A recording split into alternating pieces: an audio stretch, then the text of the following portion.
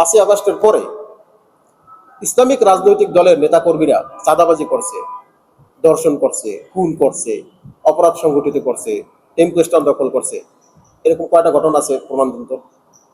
তারাও তো দলের নেতাকর্মী।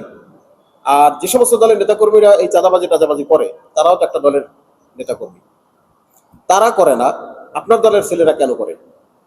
এটা কি কখনো গবেষণা করছেন, চিন্তা করছেন যে আমার আমার দলের নেতাকর্মীরা কেন চাঁদাবাজি করে আর ইসলামী দলের নেতাকর্মীরা চাঁদাবাজি করে না কেন?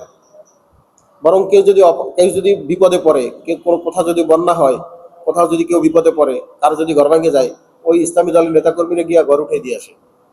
আপনার দলের নেতাকর্মীরা মানুষের ঘর জ্বালাই দেয়, পোড়াই দেয়। দেখছিলাম আমরা বিগত সরকারের সময় আগুন জ্বালাই দেয়, কত কিছু করে, ভাঙচুর করে, ঘর লুট করে, এরকম হয়।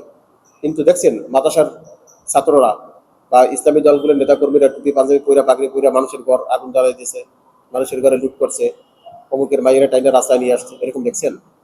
দেখেন নাই তো। তারপরে ওই যে কি যেন বারে মদের বাড়ি গিয়ে পিটাপিটি করছে, ভাঙচুর করছে, দেখছেন? এরকম বলেন না আবার, বুকে হাত দিয়ে বলেন, দেখছি এগুলা, প্রমাণ দেন। যদি না করে আপনার দলের ছেলেরা নেতাকর্মীরা করে কেন, এটা গবেষণা করেন না কেন?